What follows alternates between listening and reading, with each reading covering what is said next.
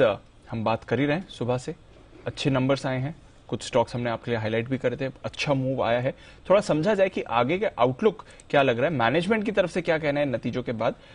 वरुण है हमारे साथ तैयार। वरुण बताइए क्या कुछ निकल कर आ रहा है मैनेजमेंट की कॉन कॉल के बाद। डेफिनेटली दीप, तो ओवर द वीकेंड अगर आप देखेंगे तो काफी सारे बैंक से नतीजे और काफी सारी कॉन कॉल्स थी, जिसमें आईसीआईसीआई बैंक था, कोटक बैंक था, IDFC first bank, RBL bank, बंधन बैंक के तमाम बैंक्स की तरफ से कॉन्फ्रेंस कॉल्स थी और इसमें काफी कुछ निकल के आया है। सबसे पहले कासा को लेके काफी क्वेश्चंस थे कि क्या यहाँ पे सुधार होगा, क्योंकि इस क्वार्टर में हमने देखा कि कासा रेशियो में काफी गिरावट हुई है। तो सबके सब बैंक्स एक सुर में कह रहे थे कि नहीं, यहाँ से कासा डिपॉजिट्स में आपको सुधार देखने मिलेगा। हालांकि बैंक्स का यह भी कहना था कि क्योंकि अब एफडी रेट्स बढ़ रहे हैं तो काफी हद तक जो सेविंग अकाउंट से पैसा है वो हो सकता है कि एफडीज में भी जाए, लेकिन इसके बावजूद कहीं ना कहीं ये कासा में थोड़ा बहुत सुधार का अनुमान लगा रहे हैं। एनपीएस सबका कहना था कि यहां से और सुधरेंगे, यानी कि एनपीएस में सुधार होगी, लेकिन कुछ सेगमेंट्स के लिए इन्होंने कुछ चिंता भी जताई है। उसमें सबसे पहले तो हाउसिंग फाइनेंस सेगमेंट है। यहाँ पे सबका कहना था कि ब्याज दरों में बढ़ोतरी का असर जो है अब हाउसिंग फाइनेंस सेगमेंट में पड़ता हुआ दिखाई दे रहा है। ऐसे नहीं है कि सेल्स कम हुई है, लेकिन जो मोमेंटम पहले देखा गया था वो मोमेंटम जो है अब थोड़ा बहुत कम हो रहा है। हालांकि औसतम टिकट साइज बढ़ रहा है, लेकिन मोमेंटम कम हो रहा है। कमर्शियल रियल एस्टेट को लेके यहाँ पे ज्यादातर बैंक जो है वो काफी हद तक सावधान थे। ग्रामीण इलाकों का इनका कहना है कि रिकवरी अच्छी हो रही है। कंस्ट्रक्शन सेगमेंट, यहाँ पे इनका कहना था कि सेल्स काफी अच्छी हो रही है, खासकर रोड कंस्ट्रक्शन में।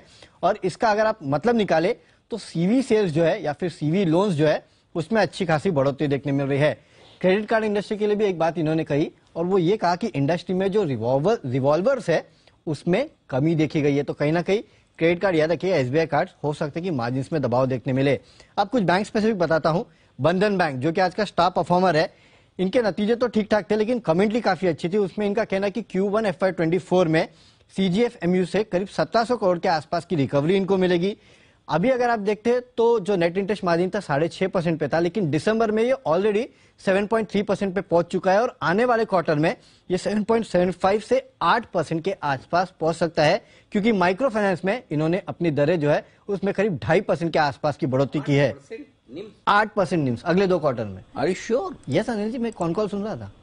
क्या बात कर रहे हैं? 8% ऑलरेडी 7.3% पे है, अगले 2 क्वार्टर में 7.75 से 8%, क्योंकि इन्होंने इनके जो ये रेट से माइक्रो फाइनेंस के वो करीब 19.5% के आसपास थे, इन्होंने 22% कर दिए।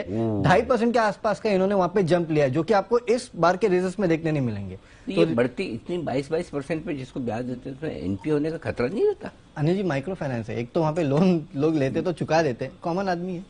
और तो आप कहना क्या चाहते हैं, कॉमन आदमी चुका देते, बड़े आदमी नहीं चुकाते? अरे ऐसा नहीं है। कुछ स्टेट से भी मदद मिलती है, जैसे कि आपने देखा आसाम और वहां सब स्टेट से भी मदद मिली, वैसा भी होता है। तो इतना नहीं है प्रॉब्लम, अब उतनी नहीं है जो कि कोविड के टाइम पे थी। और वहां पे रिकवरीज भी देखने मिल रही है। स्लिपेजेस जो है वो अब, इनकी एक और बात थी कि स्लिपेजेस का बुरा वक्त जो है, कंपनी ने कैटेगरिकली कहा है कि स्लिपेजेस का बुरा वक्त जो है अब खत्म हो चुका है और आने वाले क्वार्टर्स में स्लिपेजेस जो है उसमें और सुधार आपको देखने मिल सकता है। अब आरबीएल बैंक, इनका कहना है कि कंपनी जो है फिर से ग्रोथ के पाथ पे लौट चुकी है। माइक्रो फाइनेंस सेक्टर में सुधार देखने मिल रहा है। आरओए जो कि अभी 0.75 के आसपास है, अगले क्वार्टर में 1 के आसपास पहुंच जाएगा। इनफैक्ट काफी सारे एनालिस्ट ने यह पूछा कि 0.75 से आप सीधे 1 पे पहुंच जाओगे, 25 बेसिस पॉइंट के आसपास की बढ़ोतरी। तो बैंक ने कहा कि हाँ, अगले क्वार्टर में हम पहुंच जाएंगे, लेकिन FY24 में शायद इसके आसपास ही रहे, ज्यादा गिरावट आपको देखने नहीं मिलेगी। यह आरबीएल बैंक का कहना था। अच्छे नतीजे तो आपको पता ही है, आईसीआईसीआई, कोटक, एचडीएफसी इन सब ने दिए हैं। बंधन के मिक्स नतीजे, लेकिन कमेंट्री काफी बेहतरीन थी। खराब नतीजे भी है yes bank, bank of India, provisioning बढ़ी थी बैंक ऑफ इंडिया की इसलिए। बट ज्यादातर बैंक्स में, प्राइवेट सेक्टर बैंक्स में स्पेशली बहुत ही मजबूत नतीजे आ रहे हैं। तो रिजल्ट्स मजबूत है, कमेंट्री कॉन्फिडेंट है, मैनेजमेंट एकदम उत्साह में है और इन सबसे ज्यादा मजबूती के साथ कॉन्फिडेंस से आपको नतीजों के बाद की कौन कॉल वरुण ने बताई, सबसे ज्यादा आप कॉन्फिडेंट दिख रहे हैं। आइए जरा एक विशेष टिप्पणी इस पर ली जाए चोपड़ा साहब से भी, जो बड़ी गहरी और पैनी नजर रखते हैं इन सभी बैंकिंग शेयरों पर और इनके रिजल्ट्स में उन्होंने बड़े गौर से ध्यान से देखे। बताएं सर।